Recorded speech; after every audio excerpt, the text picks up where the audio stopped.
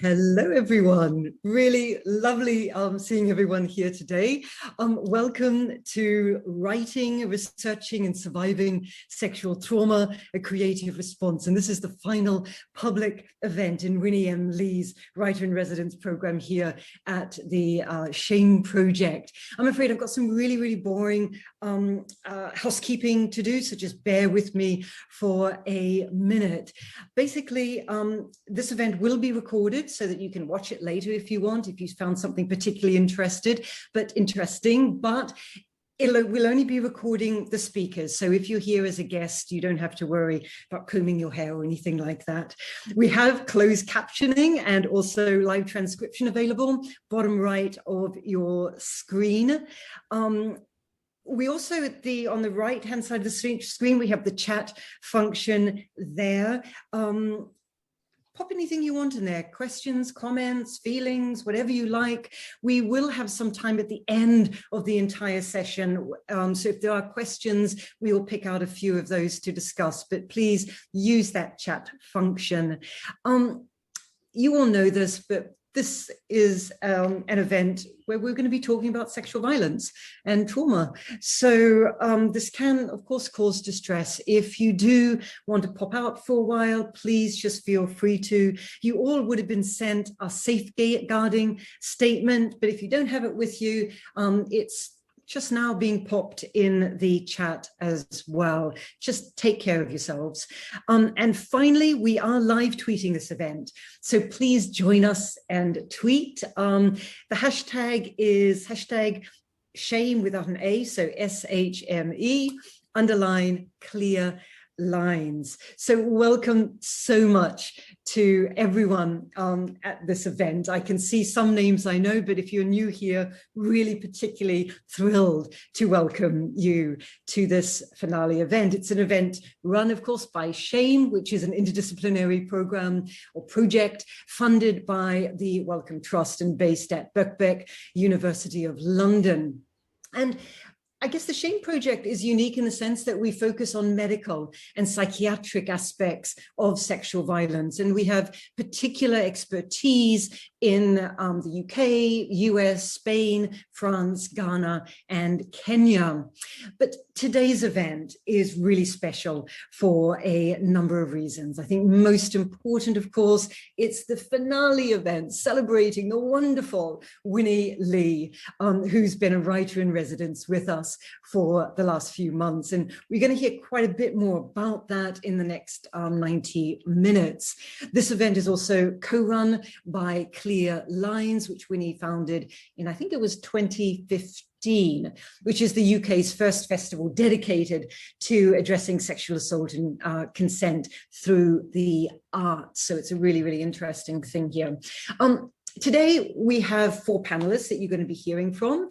There's myself, I'm Joanna Bourke. I'm the principal investigator for SHaME, and I'm basically an historian and an author. I've written books mainly on various aspects of violence, and I've just recently completed a global history of sexual violence.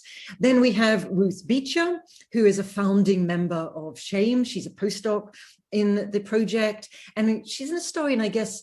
I hope she doesn't correct me here, but she works on primary care medical responses to intra-family child sexual abuse. Then, of course, we have Winnie M Li, prize-winning author of Dark Chapter, published in 2017, which has been translated into at least 10 languages.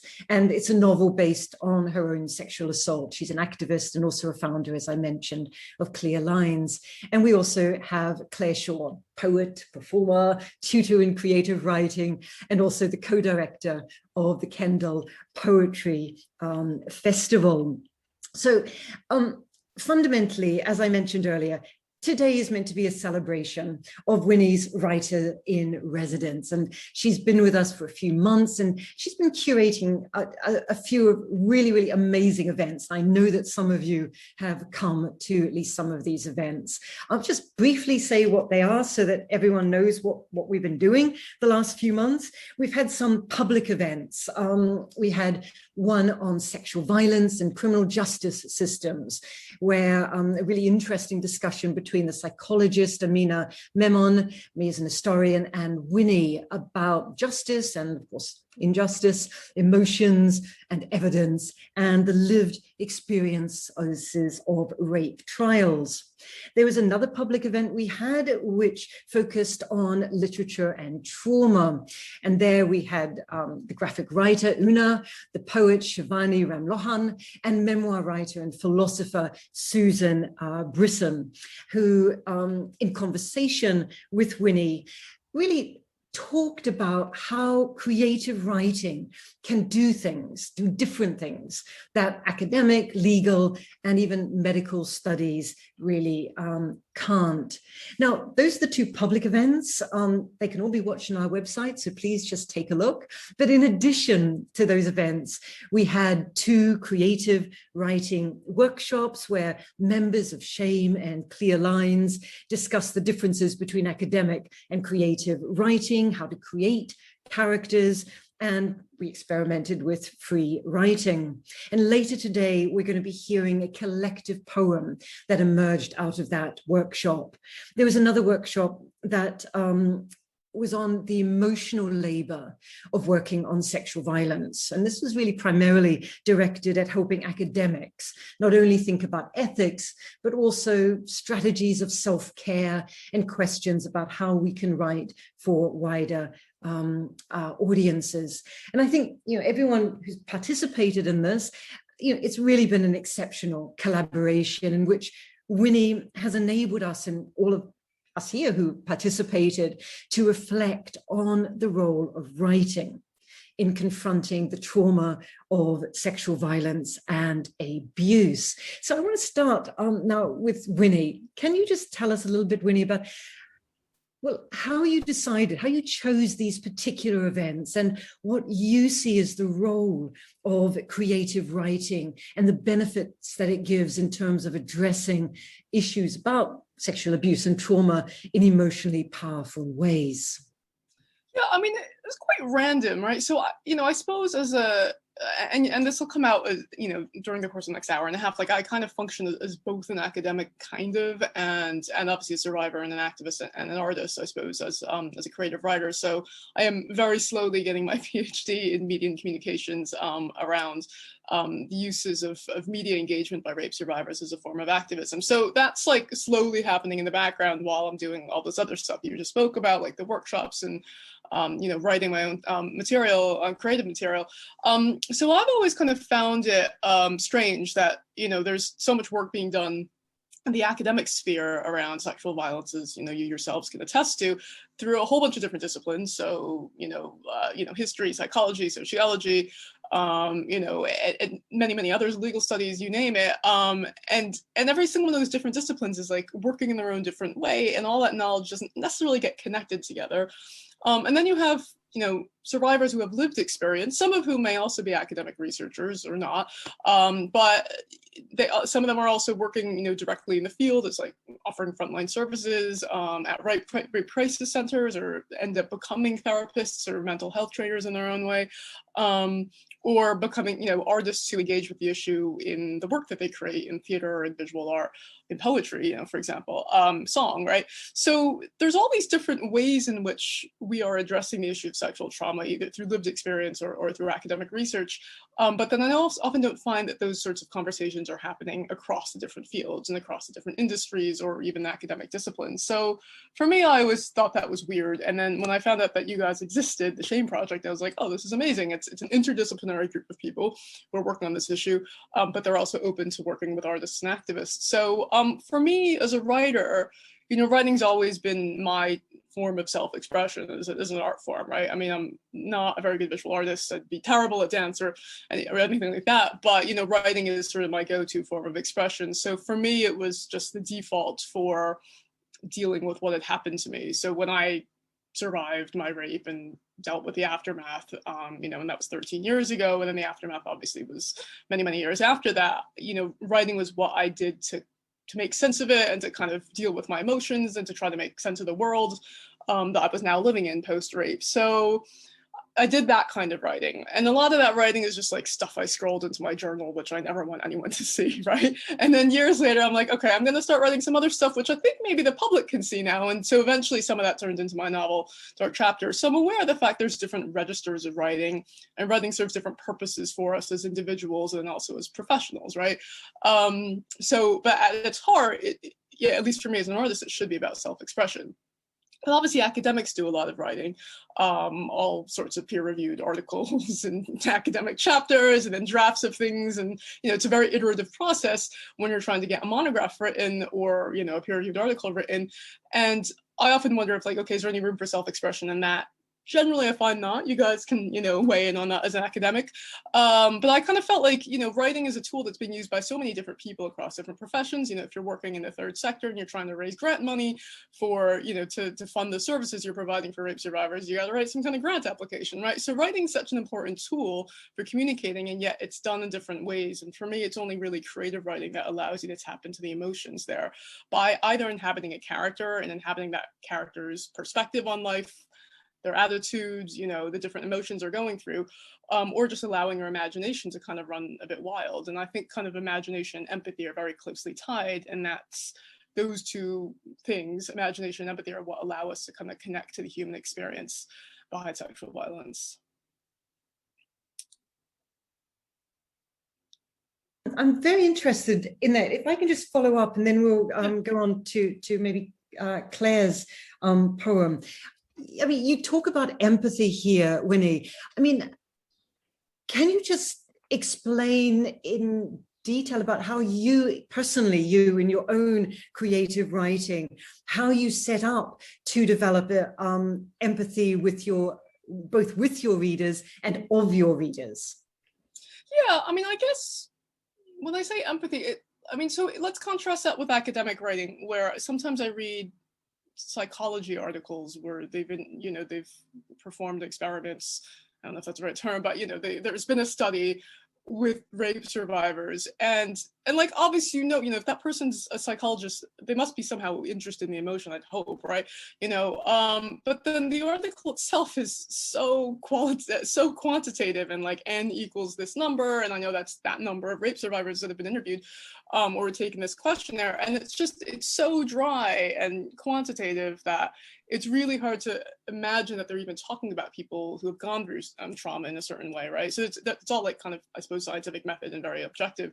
And I find that to be quite sort of off-putting when you're talking about something like trauma, which I've lived through, right? And I imagine most people that have been through the lived experience of trauma would find that very scientific approach difficult, even though that scientific approach is part of the academic discipline of psychology. So I guess for me, empathy is like the opposite of that, because it allows you to access your own emotions and at least try to imagine yourself in the shoes of that other person. So in Dark Chapter, it's equally told from the point of view of the victim, who is very similar to me, because the whole experience is very similar to my own rape. And then it's also equally told from the perspective of the perpetrator, who is somebody who's very, very different from my own life, right? And so in real life, my perpetrator was a 15-year-old Irish traveler boy who, he was actually illiterate, and he hadn't come from a great family. And I think his upbringing obviously had led him down this path somehow, where he was raping and beating up a stranger at the age of 15, right? And it was kind of mind-boggling for me to stop and think like, okay, my entire life has been changed because of this act that this other stranger did to me. So in order to try to make sense of that, I wanted to figure out, well, what had led him to deciding to do that to me at the age of 15? What were his influences in life, right? So I wanted to kind of imagine his situation, but then also try to do that with empathy, because, in some ways, if you're going to make this person a main character in your novel, there needs to be some element of kind of emotionally attaching yourself to certain situations they might be in. So probably not the situation of violently assaulting and raping a stranger, but maybe growing up a young boy and having an older sibling who isn't giving you enough attention and you just want his attention, right? So things like that, which we can empathize with on a more human level, were ways that I want to try to at least provide some way of emotionally accessing that character of Johnny. So taking a character who, would be called a monster, a 15-year-old rapist, but realizing that actually that person is a human and had a certain kind of upbringing that somehow led to them behaving and committing that act of violence. I mean, this is one of the things I just found extraordinary about your novel. But I want to bring Clare in here because, Clare, you know, you also reflect eloquently on issues of empathy and anger and the voice. And can you just say something about that? And maybe then I believe you may have a poem you are happy to perform for us. May have. You want me to talk briefly about empathy and anger? Yeah, challenge that you can rise to easily. It's a challenge of concision, isn't it? But yeah, I would wholeheartedly agree with Winnie that I guess one of the things that that's enabled Winnie and I to work together on a number of projects now is that I guess we both share a conviction in literature for its own sake, but also literature as a tool for social change and possibly personal change as well. The two are interrelated, and that empathy is, I guess, for me, an inherent part of any worthwhile social change. If we're not able to experience or to imagine other people's experiences, then our academic, personal, professional lives are going to be very much impoverished. So absolutely, for me, that is a really key part of the purpose and the value of writing. And anger, inevitably. I'm just going to move straight into, I guess, it would seem like a perfect kind of point to segue into the first poem that I've been asked to share. And this is an older poem of mine. Can people see the screen share? Fantastic.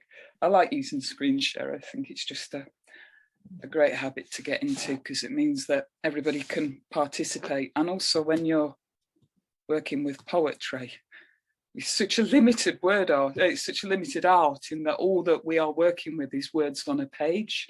And actually there is an element of how it looks and layout and line break that's part of the language of poetry. So it's quite nice to be able to display that. If people are distracted by the document and want to make it smaller, if you move your cursor between the speakers and the document, you'll see a grey line. If you put your cursor on that grey line and move it, you make the document bigger and smaller.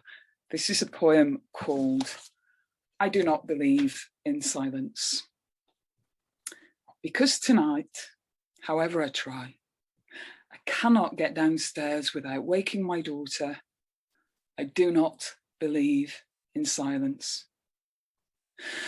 Because of the War Boys inquiry, because of the 100 plus women he raped, because of the policeman defending the findings, unable to utter the word, this crime, this kind of assault, this category of offence. I do not believe in silence.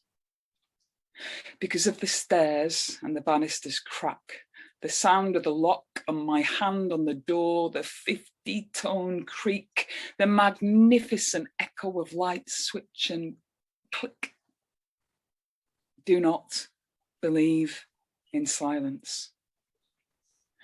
Because of Neda and everyone's sister, and the man who said, don't be afraid, for the sake of my daughter, because of the burqa, because of the patter of rain, because of 200,000 years of human history, 48 of them my own, I do not believe in silence, for the sake of my arms, the wrists especially, with respect to my legs and my belly and chest and the comfort long due to my throat.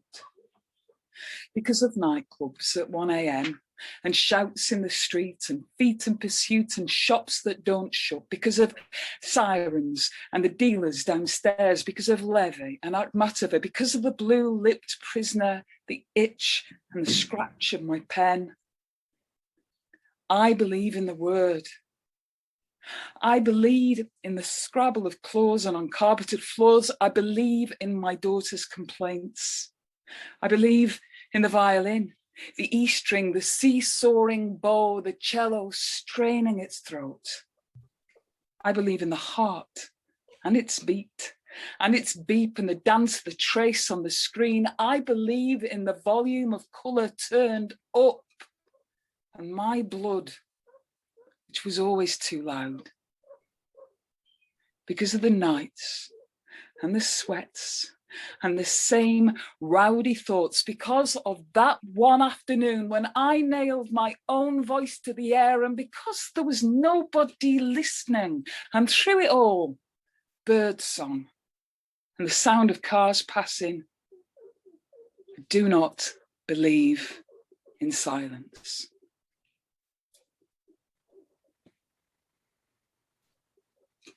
Thank you, Claire. I asked Claire to share that because, I mean, every time I hear it, I get goosebumps. And I think in some ways it's such kind of a battle cry to all the work we do as feminists and activists and rape survivors. You know, and on one hand, you're balancing all these elements of rape culture, the Boys inquiry, the way people spoke about it, with these elements of joy and the joy of living, the sound of the violin, right? So I was just wondering, do you tell us a little bit about, I guess, the genesis of that poem, you know, what we were trying to accomplish in doing that, because you do write about sexual violence in many different ways throughout your poetry. But this particular poem really, really resonates with so many people, and it's kind of become your anthem. So I was wondering if you want to talk a bit about that. It has become my anthem. It's a bit like my theme tune. It was born actually in response to a great book, a book I very much enjoyed, which was The Book of Silence by Sarah Maitland. Don't know if you've ever come across that. It's a really beautiful study of silence and a reclaiming of the experience of silence. And Sarah Maitland is a fantastic writer and you know, a lovely acquaintance of mine as well. And she actually came to run a workshop for a small group of friends who live locally. And yet it felt very ungraciously that this poem is what emerged out of my encounter with the book, that while I could absolutely kind of intellectually and to a degree emotionally go with the idea of silence as a positive experience, and Sarah kind of moves from the North Yorkshire Moors to the Hebrides, and she ends up in the Gobi Desert, and then in one of those kind of, you know, the chambers under the ground that drive people mad because it's too silent. I kind of couldn't help but argue with the concept of resting with silence. And I guess it's just very, very basically the idea that while there is injustice in the world, and God knows there's heaps, that we have, perhaps obligation isn't quite the right word, and maybe I've shifted on that, but there's something in the spectrum of obligation to ourselves, if not to each other, then to tell our stories. And I guess, you know, I wanted to include in the poem that we can make noise that isn't necessarily noise that we perceive with the ears. You know, it might also be about art, it might be about dance, it might be about self-injury, it might be about colour, but there are so many different ways of telling our stories, and we all have so many stories to tell. Yeah, absolutely. Thanks. Joanna, did you? Yeah, can I come in there? Because one of the things, you know, I've read this poem so many times, and like Winnie, it still makes me come out in goosebumps. But I think for maybe slightly different reasons to Winnie, and maybe this is just, well, obviously it's just who I am, because what I loved about this poem, and indeed nearly all of your poems, it has to be admitted, is the specificities. You know, I like the fact that you name, you know, it's about Wal, it's about Nida, it's about specific people at specific times, it's about specific things in your life or the life of your friends, you know, the violin, you know, these specifics. And strangely, and this is not really a question, it's a comment, Claire, so you can do with it what you want. Strangely, it's that specificity that makes it universal for, you know, your readers. Can you make sense of that comment? Oh, absolutely. You know, it brings straight away to mind a workshop that I was delivering earlier today, 10:30 till 11:30, with a project that was originally based in Preston. It's just a small project, and now we have kind of participants that extend as far as India. We had 3 people joining us from India, and we're writing for mental well-being, just very simple writing exercises. And we often write in group chat, and we write in a very similar way to the exercise that Winnie ran for lots of us a couple of weeks ago, where people will write lines from their own kind of perceptions into chat. The reason that I'm thinking about this is because we were looking at Cy Shonigan's work. I don't know if anybody here knows Cy Shonigan. She wrote the Pillow Book. That was a great film a couple of years ago, and Cy Shonigan created lists, so you'll get a list of boring things or a list of splendid things. They were written 1,000 years ago, and yet those of us in the workshop today, almost all the people in the workshop are new to writing and don't read a great deal, but people felt that they knew exactly what Cy Shonigan was talking about, and people talked about feeling as though Cy was in the room. No, she was very, very specifically describing aspects of her life 1,000 years ago in the court as a Japanese woman. And she was talking about things like shaved ice with liana syrup served in a silver bowl. But we could all picture it. We could all imagine it. So yeah, that is part of the kind of alchemy of writing, that we are enabled to make those links, you know, across centuries, across cultures, across divisions of gender and class. And I think it comes down often to the body and to the physical senses. And when we pin things down, when we nail things down through the physical senses, we make them real to each other. And, you know, we're back full circle to where Winnie started with the concept of and the importance of empathy.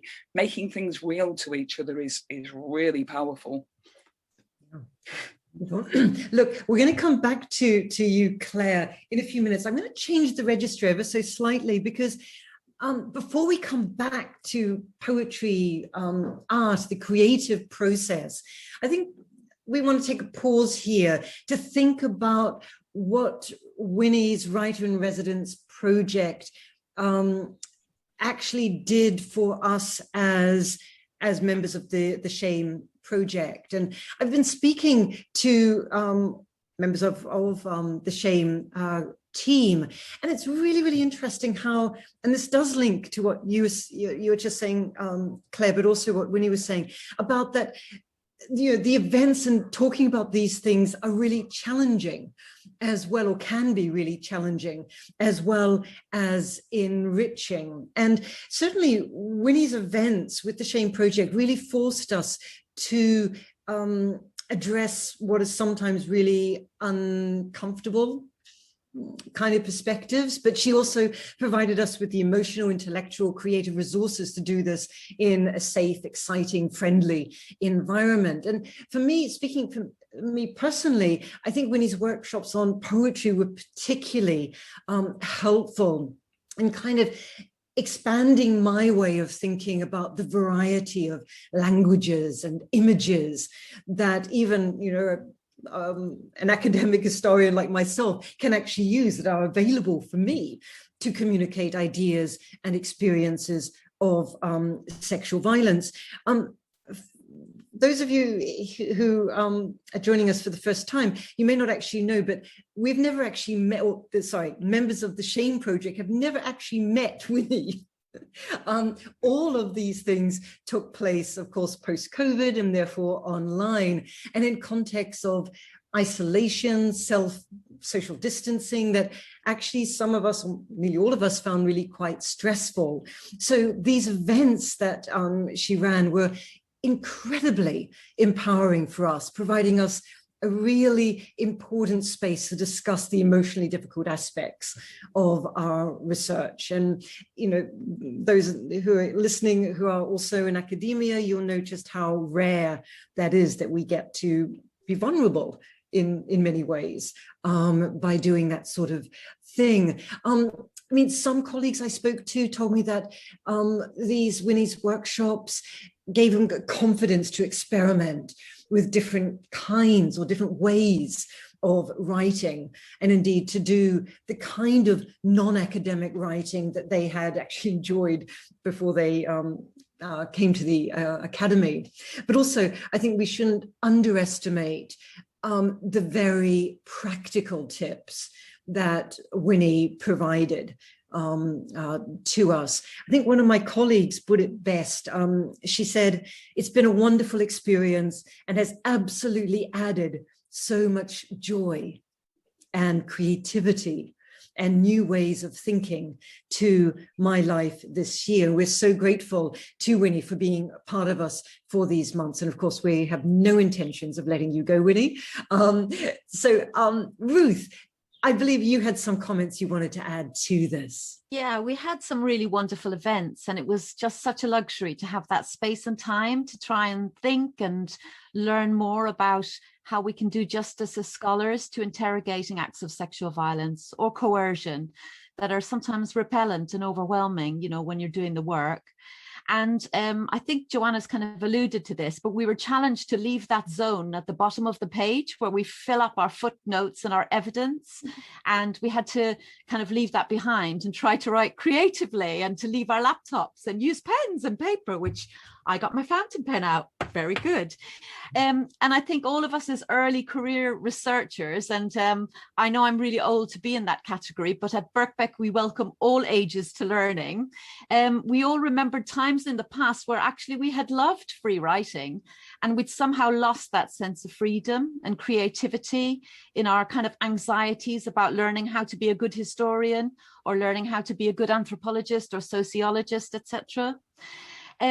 I think it was only your generosity of spirit, Winnie, and your really exceptional energy that pushed us to think differently, but at the same time made it really safe for us to try out new things.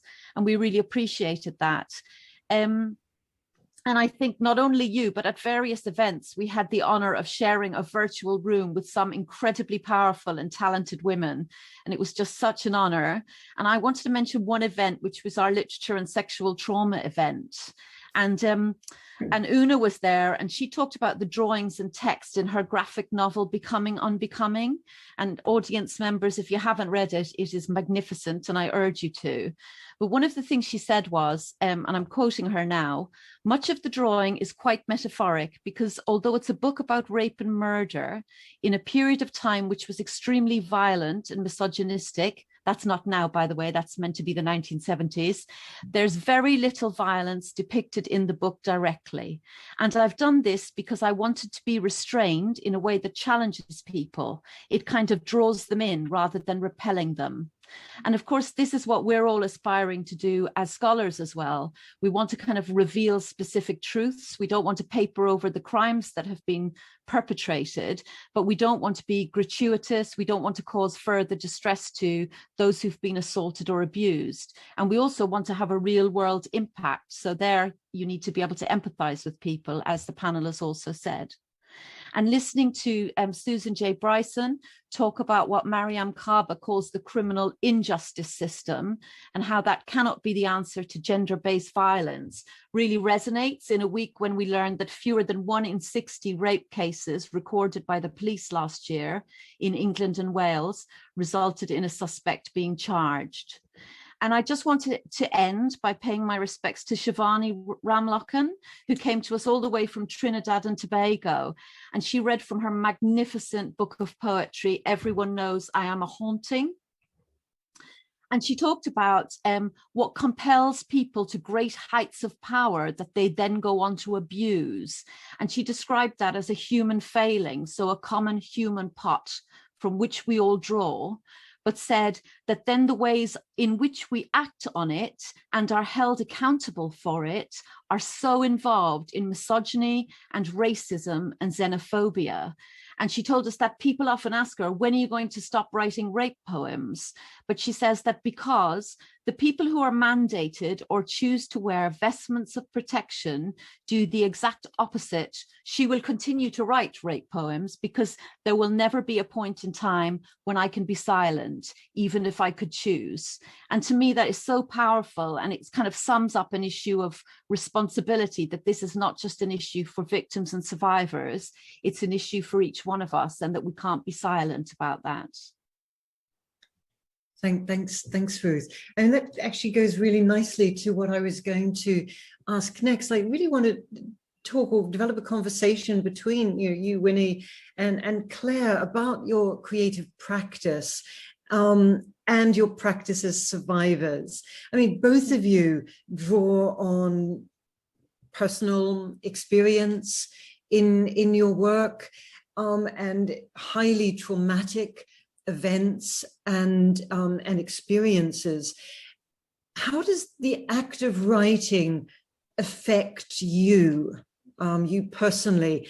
And what is it that you find so liberating about creative writing? Maybe I'll start with you, Winnie, and then Clare, if you want to come in at some stage. Yeah, I mean, I've often described it where I say writing is my lifeblood. I mean, obviously it's a metaphor, but you know, for me, I can't really kind of go through life without writing. Although, frankly, now that I work as a professional writer, I don't get enough time to write. I'm just always doing emails. But you know, there is something about the act of writing which it's just me and the page, and I don't have to worry about anything else, right? I don't have to worry about what other people are thinking, because nobody else needs to see what I'm writing. And you know, I can spill whatever thoughts I want onto that page or that computer file, and it's safe in a certain way, right?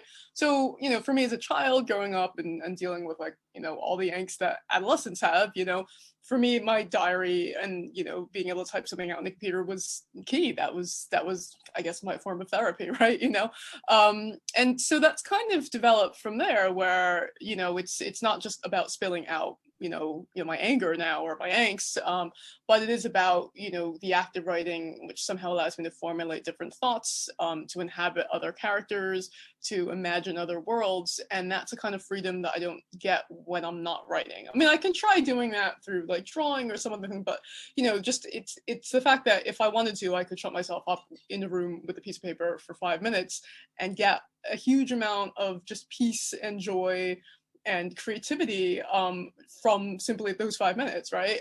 So, and that's kind of what I was trying to bring to the creative writing exercises in the workshops, because I was like, okay, free write for 5 minutes. And it's that the fact that there's, you know, it's completely liberating. You don't have to read out what you're writing afterwards. You never have to see it again if you don't want to, but it's just that sheer freedom that, you know, I find such joy in.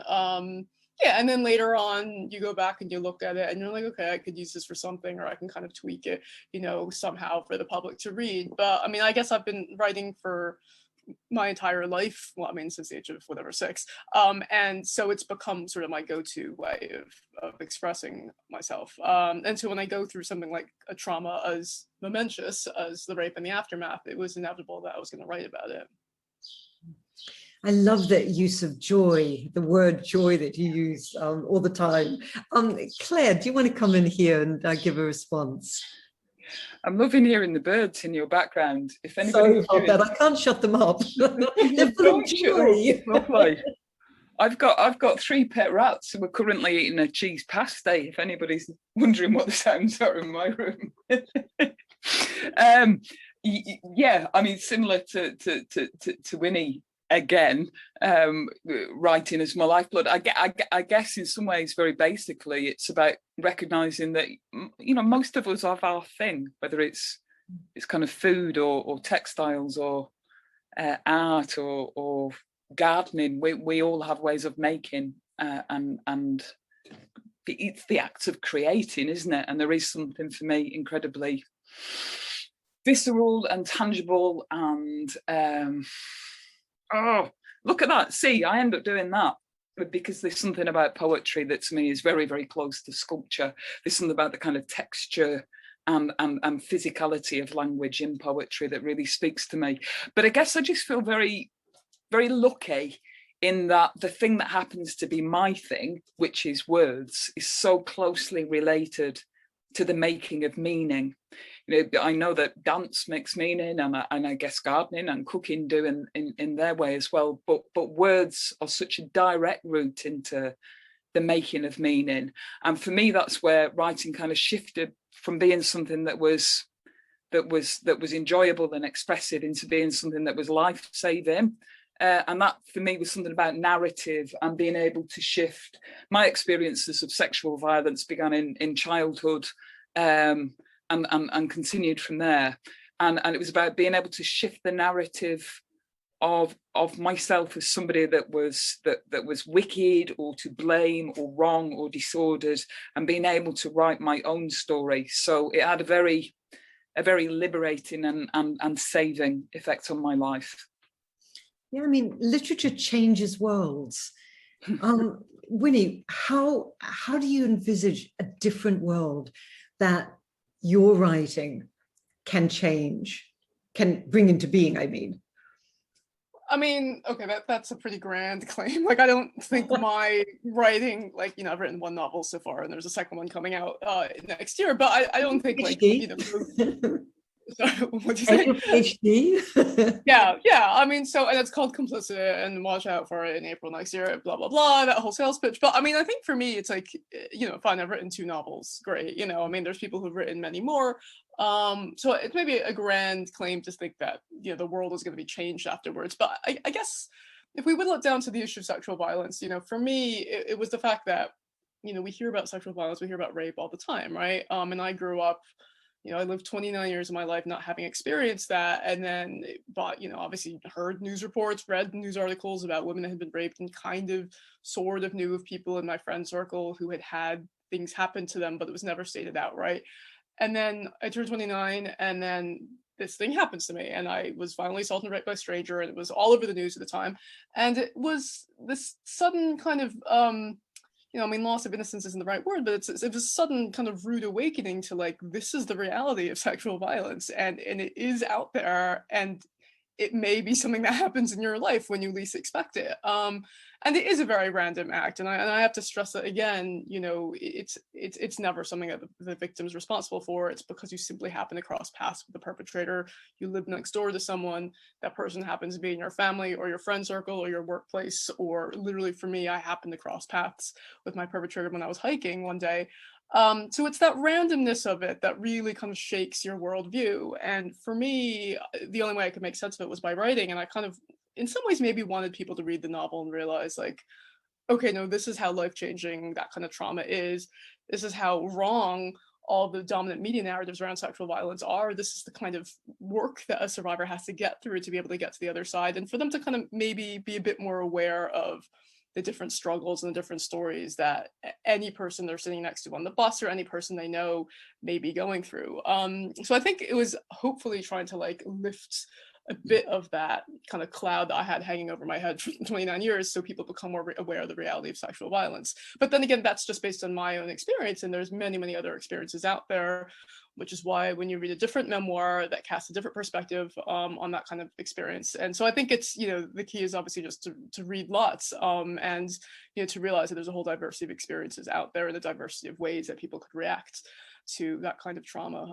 But I suppose I don't know if I want to say I'm changing the world, but I'm hoping that at least if somebody reads the novel, they'll get a better sense of what the reality of sexual violence is like, and also start to maybe think a little bit more about what leads to people performing, you know, those acts and committing that kind of violence themselves. Yeah, I mean, I believe very, very strongly in the transformative power of words. And Claire, you alluded to this when just a few minutes ago when you were talking. I mean, when people read your poetry, and your poetry, I think, has changed over the past few years, over your writing career. What do you want people to get from your poetry? Or is that just not a question you ask yourself? Oh, yeah, that's a question I ask myself a lot. But I think you know, that's so interesting that you notice a change. I'm sorry, there's a rat crawling around. I'm just moving. It's a bit distracting. Is it a real rat? Yeah, it's a real rat. Yeah, not a pretend rat. I thought you just had an infestation. She's nasty, and 3 rats came out of nowhere and stole it. Pet rats. My office is full of my pet rats. Small office, lots of rats. What do I want people to get from it? Well, humour would be one thing. If we don't have humour, then we often don't find a way in. So thank you for that moment. But that will change. It will change from year to year and from reading to reading. And I think that's a key point of I'll talk about poetry because it's the area that I know best. Is that I think that poetry is particularly good at capturing what is multiple and what is fluid and what is contradictory, because all of our stories are multiple and fluid and contradictory. And I think one of the great things that poetry can give us is permission for that. We don't have to make sense. It doesn't have to be straightforward or chronological in the way that, lots of difficult experiences aren't, in the way that lots of memories aren't. So I guess for me, the bottom line, there are many things that I want people to take away. A belief in themselves, a belief in love, but I think most of all a kind of belief in voice. And I think belief in voice to me kind of means belief in humanity. And I think that's what I get from books. That's why they're everywhere in my house, as you can see, along with rats. It's something about humanness. Great. I mean, because you talk there about voice and a belief in voice. And I'm an historian, and I'm afraid, Winnie, I mean, writing is my lifeblood. It is my savior. It's what gets me up in the morning. It is what creates meaning for me, even though I don't write in a sort of, well, I hope my work is creative, but it isn't, it is historical, and therefore it follows certain rules. I just want to read a very short piece from a book I published a few years ago, which is simply entitled Rape: A History from the 1860s to the Present, because I think it really it suggests my take on why I am a writer and why I love what I do. And the book starts like this. It says, on or about the 30th of February, 2005, I became enraged. I am ashamed to admit it, but this book had been born of fear, not anger. Sexual violence was familiar to me. Like all women, I had been warned of sexual danger since childhood, and I had seen the marks of violence imprinted on the bodies and spirits of friends. On that day in February, however, I read a Home Office report that revealed that only 5% of rapes reported to the police in the UK ever end in a conviction. My lifelong awareness of the harms caused by sexual violence suddenly crystallized into a political and intellectual project. Of course, I had known that things were bad. In the 1970s, just 1 in 3 reported rapes resulted in a conviction. But I never imagined that today it would have dropped to 1 in 20.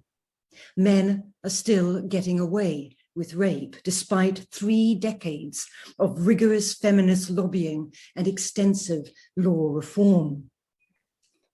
Should we despair? No. Sexual abusers have a history. By demystifying the category of rapist, we can make him less frightening and more amenable to change.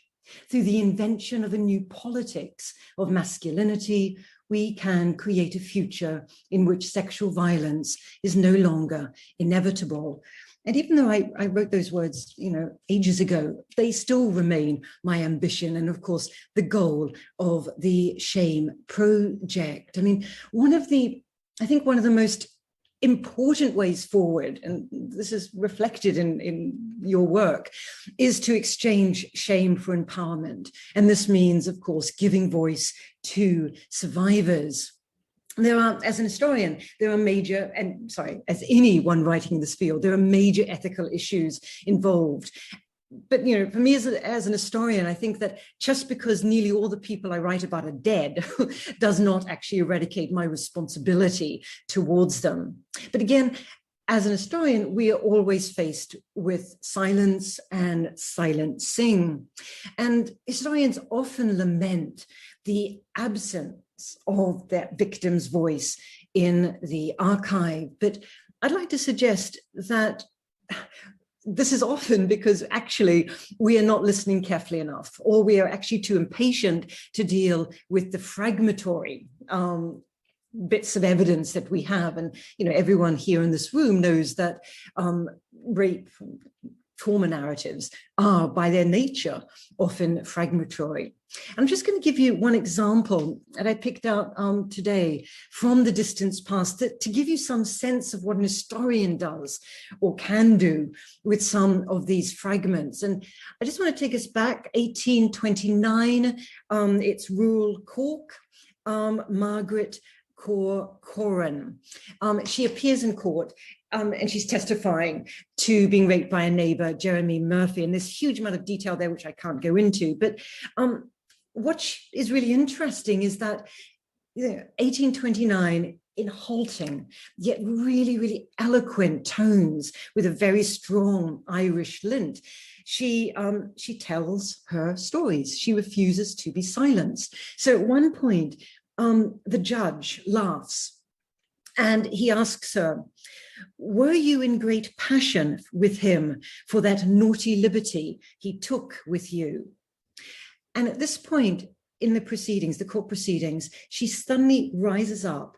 She raises her voice as well, and she shouts at him. And this is what she says: "By the virtue of my oath, I am not in good humor, nor would yourself be in good humor if you had a nice summer house and a fine tree growing in it, and that ruffian came and cut it down, and that it would not grow again.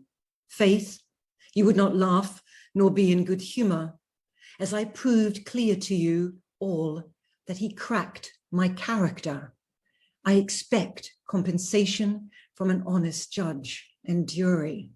These words are just so, I think, so magnificent, loud and clear, angry, metaphorical, poetic in many ways. And the harms that she is expressing here, that she experienced, are, you know, really, really palpable. They yell at you from the page. Now, of course, she would not frame it in terms of trauma, which is the way we would today. It's a language not available at the time. But she did still frame it in terms of her gendered prospects. You know, he had broken her character, he'd broken her respectability, her marriageability, and the tree will not grow back. So I think, you know, as an historian, one of the reasons I love what I do is because it allows us, if we listen carefully, if we're willing to cope or deal with those fragments, to bear witness to these marginalized, poor, Irish-speaking young woman living in rural Cork in the 1820s. But of course, her words also remind me of the vast differences between women, but also our dogged resistances throughout time. You know, that's me as an historian in the archive. I mean, Ruth, you also do oral history, which brings up different ethical and different emotional issues relating to your work as an historian. Do you want to say something about that? Yeah, I was a bit disappointed not to get to do the Cork accent for you there, seeing you actually had a Cork woman in the room, but urban Cork, not rural, so I'll let you off. Yes, I work with oral histories, and oral histories legitimize the memories of people who perhaps their opinions wouldn't otherwise make it into print for historians. And oral history has not been a stranger to trauma. So we can think, you know, first off the top of our heads, since the Second World War, the many, many testimonies of Holocaust survivors, which have been used to kind of ensure that trauma was not forgotten. And it was the revolutionary impulses of the 1960s, including Black activism and second wave feminism, that really propelled oral history to the fore and sort of pushed it into the academy where the historical profession is concerned. But I wanted to go back briefly to the 1930s, when in the United States, there was an initiative put together by the federal government to gather ex-slave narratives. And they recorded the memories of more than 2,000 slaves. So it was about 2% of the population still living of ex-slaves. And two African Americans, Sterling A. Brown, who was the editor for what was then called Negro Affairs, and his friend, the sociologist Charles S. Johnson, exchanged letters about the ex-slave narratives. And I should say here that unlike Brown and Johnson, most of the officials and the interviewers involved were white.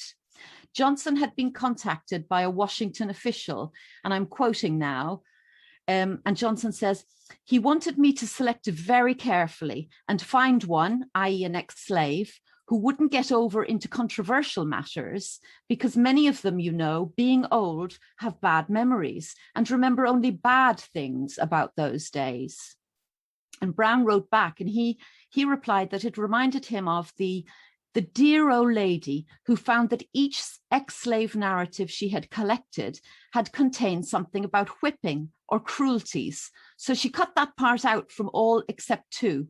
I do not want the readers to be bored, she said. They all say the same thing, that they were whipped.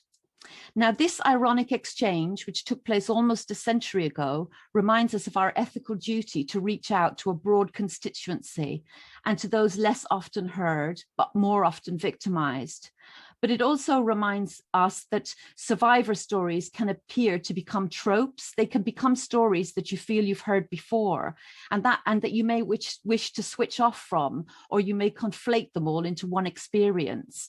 And I think what Winnie's residency has demonstrated so well is that the experiences of survivors and those who do not survive violence are all different. And some stories are picked up and amplified in the mainstream media, like that of Sarah Everard recently, whilst others are barely noticed.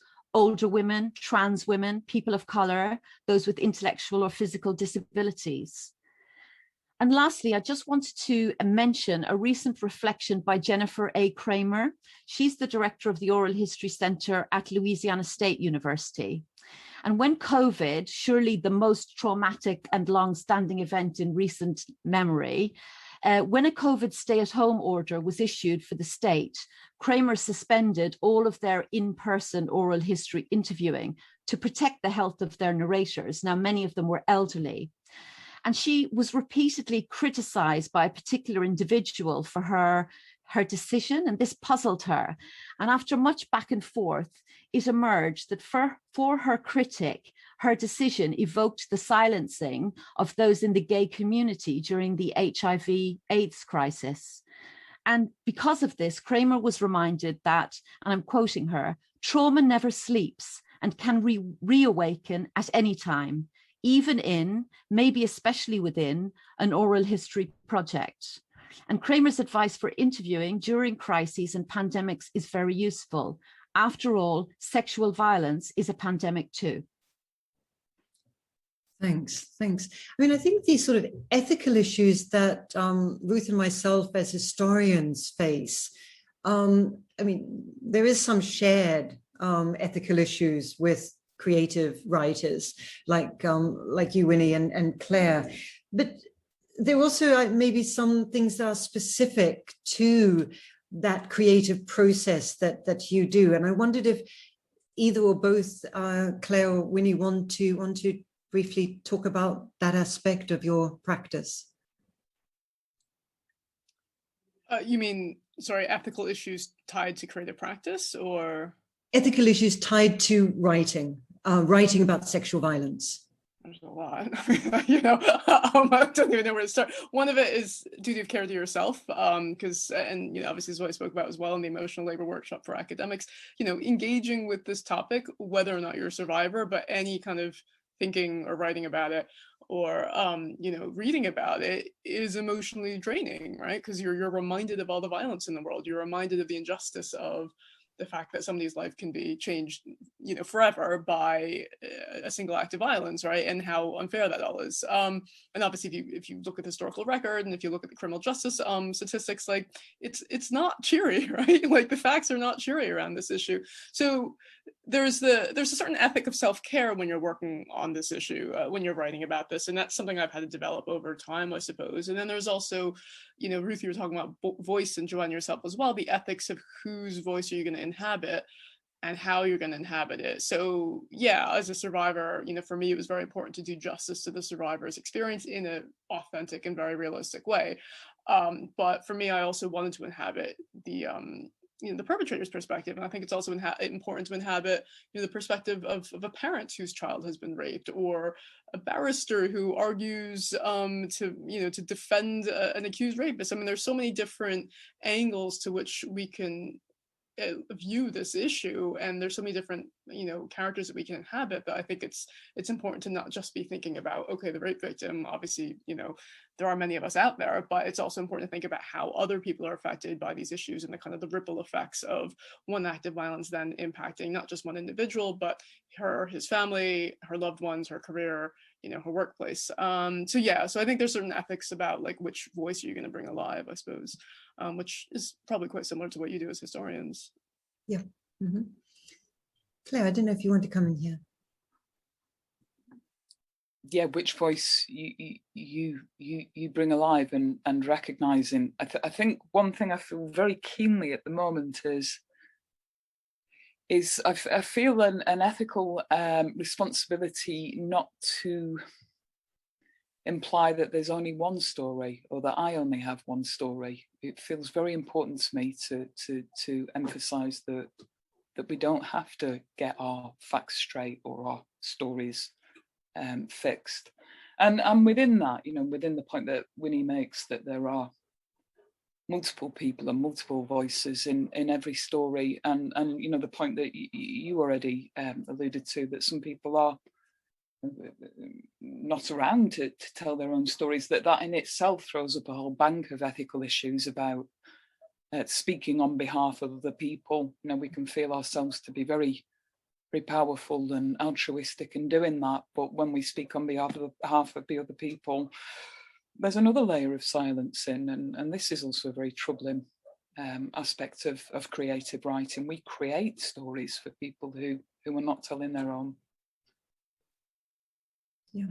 Yeah, no, absolutely. The writing on behalf of is something that historians struggle with all the time, particularly when we're working in these sorts of fields. Winnie, I believe you're going to introduce a poetry reading for us. You're muted. I am. I'm just looking at our schedule because we are running a bit late, because I have an artistic response to perform. So does Claire, and so does Juanita. So which I'm just wondering, what order should we go in? So why don't you do your responses first, okay. Each of you, and then we'll go to Juanita. Okay, all right. So Juanita will get to you in a little bit. She's been waiting very patiently, and she's been part of the workshop. Juanita. So I guess my response, it's about 5 minutes. Okay, I'm going to try to read this quickly. I've for the past few months, I've been hanging out with the SHaME team online, right, and doing these workshops with them, and getting to know a bit about their research as well. And then they're all really fascinating projects. And, as somebody who is attempting to do a PhD, but doing it very slowly, I'm aware of the amount of passion and rigor that goes into any kind of academic research. So I'm kind of amazed at all these individual projects that are happening around different aspects of sexual trauma, through looking at historical records or conducting oral histories, or through legal studies that the SHaME team are undertaking. So I kind of wrote this piece, which is in reaction to that, but also referring a bit to my own experience as an academic and obviously as a survivor. One night 6 years ago, I was walking alone through the darkened residential streets of Hackney at 10 p.m. This is all true, by the way. This is fiction. I had just left my friend's house, having watched an episode of Game of Thrones season 6 with them, and I was hauling a heavy bag of books from the London School of Economics library. In fact, my PhD upgrade was due in a few days, and I'd been ferrying these books around for weeks, from home to office and back, in some weird alchemical attempt to miraculously glean knowledge from them and convert said knowledge through the medium of footnotes and literature reviews and theoretical frameworks into material worthy of academic approval. The books were on sexual violence, my topic area, which I'd been slowly absorbing as a scholar over the previous 9 months. But I carried within me a heavier weight too, my own lived experience of the topic area, a deep-seated layering inside my body and mind, laid down by some perpetrator years ago, and ever since then manifested in an unspoken language of raised heartbeats, suppressed anxiety, flashes of nausea. It was a language I'd learned to read and recognize over the years, and I recognized it now as my feet trod the empty streets of Hackney late at night.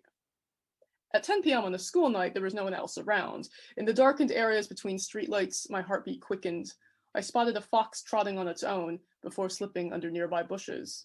I passed lit windows where the blue glow of televisions flickered silently, where strangers could look out into the spring night and watch me walk past, alone. I was very aware of my own vulnerability, a solitary woman at night, slowed down by this enormous burden of books and memories. My own rape had taken place under very different circumstances. It had been a sunny Saturday afternoon, a random act of violence by a stranger under blue skies and tree branches where the outskirts of Belfast met the countryside. But still, I remembered the panicked surge of adrenaline, the self-remonstration that if only I'd been faster on my feet that day, if only I'd been able to get away. Wouldn't it be ironic, I thought, if I got mugged or attacked here in Hackney tonight? All that knowledge gained in my subsequent reading and writing and recovery, all that knowledge would still be unable to protect me. The victim disappeared on her way to Haggerston Overground Station, the news reports would say. All she left behind was a tote bag of academic books on sexual violence. It has been 6 years since that particular night in Haggerston, and I'm still working on my PhD. I made it home safely on that particular evening, and I have in all the evenings since. But other women have not been so lucky in the past 6 years. If you stop and think about the passage of time, any measure of time, you realize that with each hour or day that passes, that's a statistical number of more women who have become rape victims, a statistical number of more lives forced to bear the burden of sexual violence, completely undeserved. And in the past 6 years, more women and men have become rape victims, but also, many PhD candidates have submitted their dissertations, passed their vivas, began their uncertain journeys into professional academia. Think of all these PhD candidates, early career researchers, mid-career academics, established professors like yourselves, everyone squirreled away in their intellectual silos, thinking and writing diligently.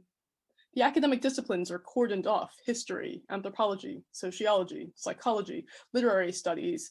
These long traditions of scholarship somehow developed into their own fiefdoms: discipline and isolate, discipline and punish. As if rigor, punishment, strictness were somehow necessary for the pursuit of knowledge.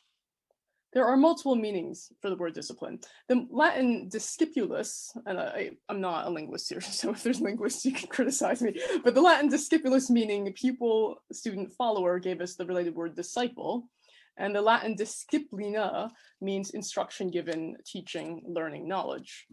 Discipulus is masculine, disciplina is feminine. So I guess the gendered implication, broadly speaking, is that men get to be the students, the learners, the scholars, and women are the knowledge to be gained. Not sure about that. Maybe. And later we get the old French discipline, meaning physical punishment, teaching, suffering, martyrdom. And around the year 1200, the English discipline, meaning penitential chastisement, punishment for the sake of correction. And by the 14th century, we get the two different uses of discipline, meaning branch of instruction or education, but also system of rules and regulations. So discipline has embedded in its origins the notion of learned knowledge, but also of suffering and martyrdom.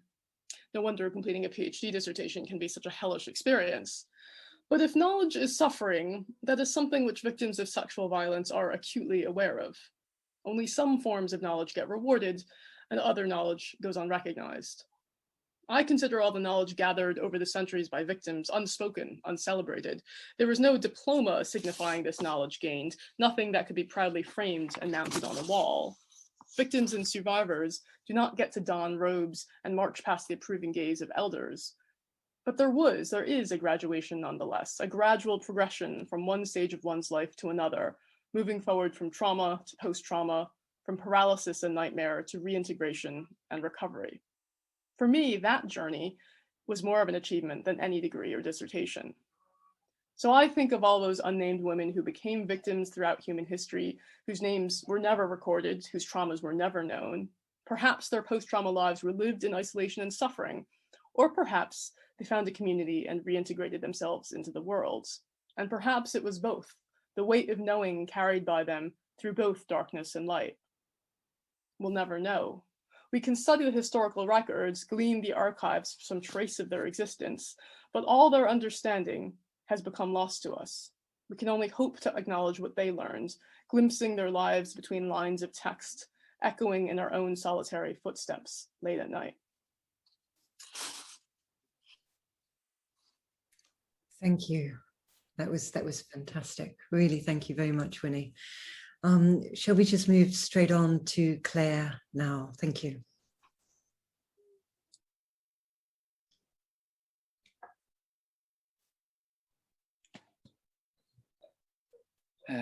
Sorry, I'm just sharing a document. Have you got the document?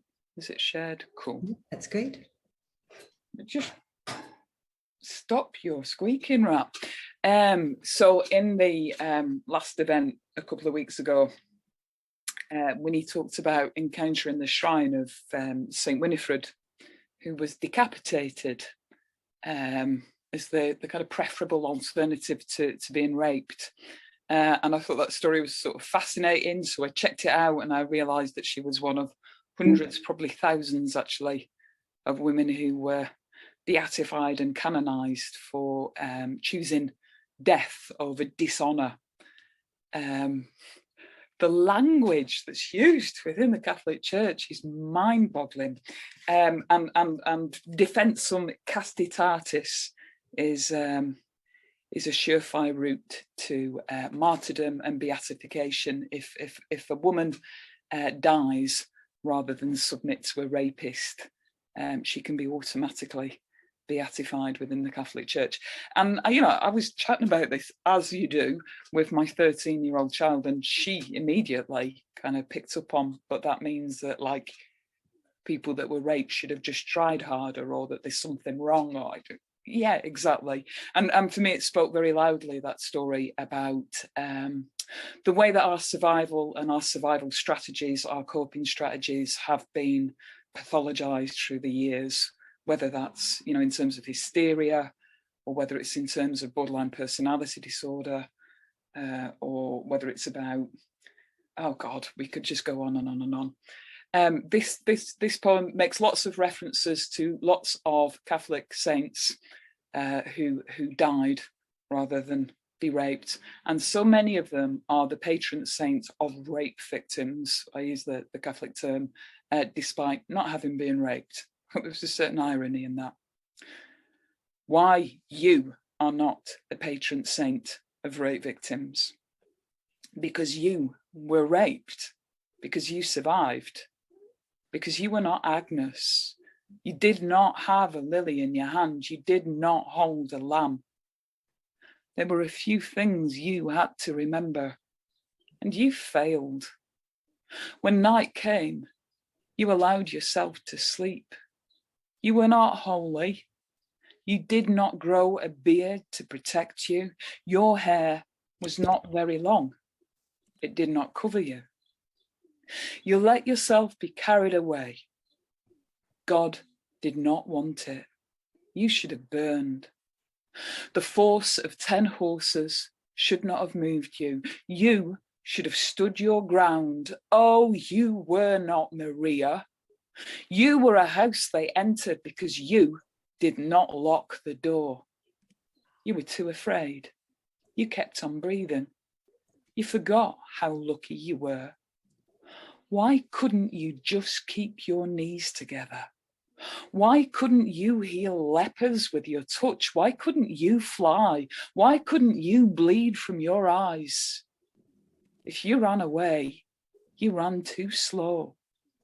When your body was on the ground, no clear water flowed from you. You were not clean. You were 12.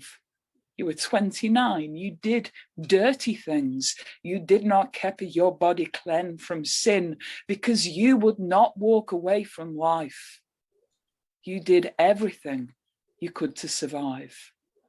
There was a long drop beside you, and you would not fall. You were not Joan, though you carried her story in your bones. Though you were crazy, you were shocked beyond words. You were bewildered. You ate an apple. You were happy to get out alive.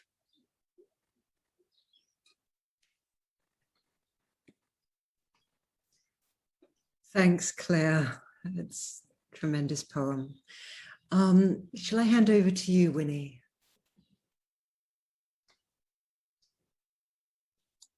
Okay, unmuted there. Sure. No, thank you, Claire, for that. And it was great to hear the that the story of St. Winifred was so productive for you in some ways. I guess that was one of the exercises that we did in the creative writing project, in the creative writing workshop, which is to kind of, I guess, maybe imagine ourselves from the perspective of these sort of pseudo rape victims or almost rape victims. In the case of St. Winifred, she wasn't raped, so she became a Catholic saint because she died instead. There's another story, which is the story of Lucretia, which is, you know, very popular in ancient Roman times, which I think, you know, we tried to inhabit the character of Lucretia or somebody related to her in one of the creative writing exercises. So I wanted to introduce Juanita, who had been in the creative writing workshop, and just to briefly give you guys a bio on Juanita. Juanita Rea is a South African artist and activist living in Belfast who works in a range of creative arts to destigmatize intrafamilial child sexual abuse, of which she is a survivor, and to promote well-being practices and activism through performance, publications, and programs. And so Juanita had really gotten quite a lot out of that particular writing exercise. And I was wondering if she wanted to perform one of the poems that she wrote as results. But I'm not actually sure if she's on or not. I am. Hello. Oh, there she is. Okay, cool. All right. Hi, Juanita. Thanks so much for joining us. And yeah, it was kind of amazing because you wrote this in the workshop and then you kind of said it to us afterwards. So I don't know if you want to go ahead and launch into it or if you want to tell us a little bit about the poem. Okay. Yes. So you introduced Lucretia to us, and it was one of the writing prompts. And I, just thinking about her perspective and that she chose to kill herself, and through that it got me to think about my own journey and a time when I was feeling suicidal, and then it's just progressed into to where we are now. So I'm gonna read it. We are the reclaimed. Hands tremble, breath clogs, voice chokes, cowering in shadows, skin festers, burning with shame, hating the monster. I am the unlivable, defiled, devoid of honor, no right to live, gasping for air, desperate to stop breathing, seeking light, shrouded in darkness, striving for justice, unable to stand in fettered feet. Truth shudders, scarred hands clench, poisonous legs will not be forced open again, repulsive face attracting monster who lives in me, monster crawling through my skin, paralyzing legs, burning face, erasing voice. Monster must die. Hands want to hurt, to end the hurt, gathering poison, planning the end, trembling, shaking. Hands find pen. Hurt spews onto paper. Hands open doors, seeking sky, clutching keys, running away, escaping, hiding from the monster who lives in me. Hands help others. Hurt is very deep, avoiding, too afraid to feel the fear. Writing unspoken truths hidden away, speaking, seeing women that I have become, returning, holding hands with child in me. I see your hands, hurting, writing, revealing. I hear your voice, speaking the unspeakable. Your voice, tremulous, truthful, saying, look at the unseeable. Standing in hurt, standing up for me, urging me to stand in my feet. Your life voicing my not wanting to speak. Your life releasing my not wanting to live. Your life resurrecting. I am alive. Your life empowering. Monster rests in peace. We stand here, air healing exposed wounds. We breathe here, unsilenced, unshamed. We live here, surviving rape, murder, burial. We are not the unseeable. See us stand here. We are not the unspeakable. Hear our voices. We are not the unlivable. We live. Thank you so much, Rea, Juanita. Sorry, Juanita. That was yeah, it was incredibly powerful, and and I guess you're someone who's come through attending a number of these different workshops and also our events, and then you reach out to me on Facebook, and Shelley Tracy, who's another poet that I know. So there is, that kind of speaks to the fact that there is a whole community of survivors out there who are using the arts to engage with our lived experiences. I mean, what is it you talking about that there's been a particularly productive few months for you to be going to these events and to be writing? Do you want to tell us a little bit of what is it about the act of writing and maybe that workshop or inhabiting the story of Lucretia? What did that unlock for you in terms of, I guess, addressing your own trauma? Okay, I've always been writing throughout my life, and I'm also a visual artist, and there's always been an expression, and creative expression has been therapeutic, and for me, I was always I didn't want to share it. I didn't want people to see what I wrote and what I've created, and so writing in a space where I'm encouraged and empowered as a survivor, and sharing my voice, hearing other voices, that's been a huge shift.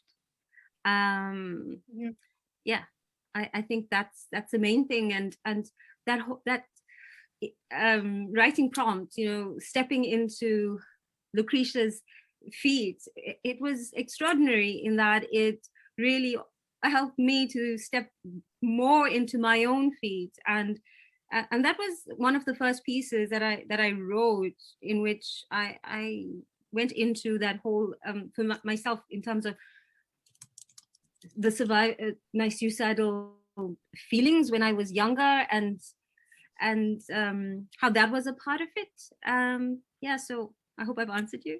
Yeah, no, it's fine. I mean, I think that's it. I mean, it's when we kind of hear these stories. So I didn't actually summarize what Lucretia's story was, but she's held up as being this great heroine of what was going to be what later became the Roman Empire, because she was raped by an Etruscan king and then convinced her husband and her father to take down this king and to throw the Etruscans out of Rome. And therefore, after that, the Roman kingdom was established. But then she lived in such dishonor, having been raped, that she decided to kill herself. So there's all this like imagery from from the European painting, from the European painting canon, when it's Lucretia killing herself, Lucretia being raped, about to be raped. There's a lot of nudity involving Lucretia. So she's kind of celebrated as being this paragon of female honor who killed herself after having been raped, but then at the same time we see her naked body all the time, right? So it's so strange, I think, as a character, to be trying to like inhabit her. And I think sometimes when you kind of hold your own life experience up to something as weird as that, it kind of creates a certain kind of dialogue. So I'm really glad that that helped Juanita, and thank you so much again for sharing. And Juanita's website, we're going to put up in the chat as well if you want to check out more of her work. Yeah, absolutely. Just fantastic. Such powerful, powerful poems that you write. So thank you very much for joining us today. We're nearing the end of our session today. Just two things before it's going to happen before. We were going to have a collective poem, one that was written in one of Winnie's workshops. We're going to not have time for that, but we will put it on our website. So please check that out at a later time. But what we're going to do now is something really incredible. We want to launch an online creative writing resource, which will be available through Clear Lines. The authors of this resource, let me just hand it over to you, Clare and Winnie. And then we will have discussion. Then we've got just about 5 minutes for Q&A. I've got a couple of questions here. We're going to be 5-10 minutes late. Thank you, Joanna. So Clare and I met in 2018, I think, because we were both doing, well, Clare was leading an Arvin course and I was kind of the guest tutor. And she had read my book and was a big fan. And then I read her poetry and I was a big fan. And obviously we realized that we both write about trauma and sexual violence. So we automatically connected. And we also visited, the Bronte Parsonage and ran out of petrol and were stranded on the moors one afternoon. But aside from that, we decided we wanted to work together on using literature to address this issue of sexual violence. And so, Clare, you have already been leading creative writing workshops for a very long time. It's kind of your day job in some ways. And so you had developed these kinds of creative writing exercises that we did at workshops, which we collaborated with Writing on the Wall Festival and St. Mary's Sexual Assault Referral Center to host these workshops. But then, Clare, you decided you wanted to develop this particular resource because there was such demand, I suppose, for the workshops. Did you want to tell us a bit? Just that Winnie and I attracted a Royal Literary Society Literature Matters Award. In fact, look, there's the mug that makes it official, and the purpose of the grant was to expand the work of Clear Lines, the festival which Winnie founded, which is about promoting understanding and dialogue around sexual violence and consent through the arts. Our project initially was about expanding our work through the UK into exotic far-flung places like Manchester or even Glasgow or Norwich. Oh my God. But actually we were derailed by COVID and everything had to be online. And at first, this seemed like a bit of a disaster, but it became something quite extraordinary. And we expanded our reach far beyond what we could have imagined. Across the globe. One of the things that was incredibly validating, but also heartbreaking, was how quickly the workshops would book up. They would literally book up within minutes of being announced. So we decided, because of that, that now that we're all quite familiar with being online, oh, don't you love that quote? Isn't it beautiful? We would put the workshops, we would put the resources online so that people could do the exercises for themselves or facilitate the workshops for themselves. And just a massive, great big love and thanks to Olivia Doherty, who created the ebook for us out of the writing and the illustrations. And a massive thank you to Lorna Faye Dunsire. I'm never quite sure how to say it, Lorna, if you're here. I'm really sorry if I got it wrong. Who gave us completely free of charge the illustrations. In fact, created some of them overnight for the resource. So what you've got in there is just the story of our project and some really simple, accessible, gentle exercises. And we're really hoping that people feel able to use those exercises in whatever way feels appropriate to them at any given time, or that people can enable other people that they support to use those exercises too. Back to you, Winnie. Yeah, no, I mean, and Rea, if you want to keep scrolling through it, I mean, because I think for me, we keep on coming back to like, what does writing do in terms of allowing us to address these experiences? And I think it's an easy art form in some ways, in that all you need is a pen and a piece of paper, and some time to yourself. And it's a very private one. And then if you want, it's something that can be shared with the wider world, or it cannot be, or it can be shared with somebody that's close to you. So there's something about the level of control that you have over writing, right? Which can be quite empowering. And I think once you get people in a room together who are all survivors, who are themselves, willing to kind of explore this through words, there's a huge amount of kind of meaning making that happens. And there's a lot of shared experiences and shared, emotions that we can all recognize, and it kind of validates our own experiences. And it has proven to be really, really kind of, I suppose, empowering or inspiring for a number of the different workshop participants. So every time we have a workshop, and at the moment they've been free because of our Royal Society of Literature grant, they kind of book up within minutes, right? So we'll send a tweet out saying, there's a workshop happening, and then, a few hours later, all the spaces are gone. So we kind of realized there was that much demand, and we'd love to continue doing the workshops if we can get more funding. But then we realized, well, we've put all this knowledge together, and again, we've been talking about knowledge and what constitutes knowledge. I mean, Claire's been able to devise all this knowledge in terms of how to run creative writing workshops for survivors. So we've kind of put together in this resource, and I think Rea's about to put in the link into the chat. If you want, you can find it on the Clear Lines website, but there's a direct link which goes to where you can download it, and it's an easy PDF you can download, and you don't even have to print it out. You can look at it online, and we're more than happy for people to share it, because at the end of the day, it's about sharing our knowledge and not existing in these silos, and not existing in the kind of isolation and the suffering that we've already been through so much as survivors. So we hope that it'll go out into the world and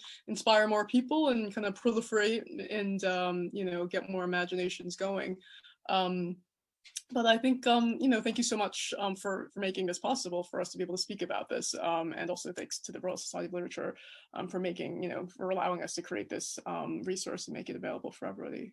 And the individuals involved. I'm so proud of it, looking at it on the screen there, Winnie. I'm one, deeply moved, and two, really wishing that I brought a bottle of Prosecco upstairs with me. Great. Well, look, if everyone in this meeting just spreads the word to 20 of their friends or people who may be interested, I think it'll really, really spread like wildfire. This is fantastic. I had a really close look at it early today, and it's amazing. We're running 10 minutes late. We got a number of questions, but I'm going to just choose two because of time, and apologies to those people whose questions or comments we can't turn to today. The first question I've got here is sexual violence experienced in childhood different to writing about adult rape? For example, what voice we use, child or adult reflecting back, and is one more valid than another? And I think this question is to both of you. Certainly you can't say one is more valid than the other, because all experiences are valid. I think just between myself and Claire, like I was 29 when my assault happened. Claire was a child when she first experienced sexual violence, and just the difference. In some ways there's the shared similarity of what trauma is about, but then also the different ways in which that interacted with what was happening in our lives and how that impacted our life trajectories really points to how each case can be so individual. I think there is a big difference between adult rape experiences and childhood sexual experience, childhood sexual abuse experiences, just in terms of how they affect the trajectory of someone's life, and how they're believed. But at the same time, I think there's actually knowledge to be gained if we're speaking to each other and kind of sharing what we have in common. I don't know, Claire, you probably have a more substantive answer than that. I don't think so. Just repeating what there are vast differences between all of us as survivors, but also, profound similarities too. And I don't think one voice is any more valid than any other of all of our voices. And I think that would be the point, really, Prem, that that as an adult, I don't have a single voice for the experiences that I've lived through. You know, I still have a range of different voices.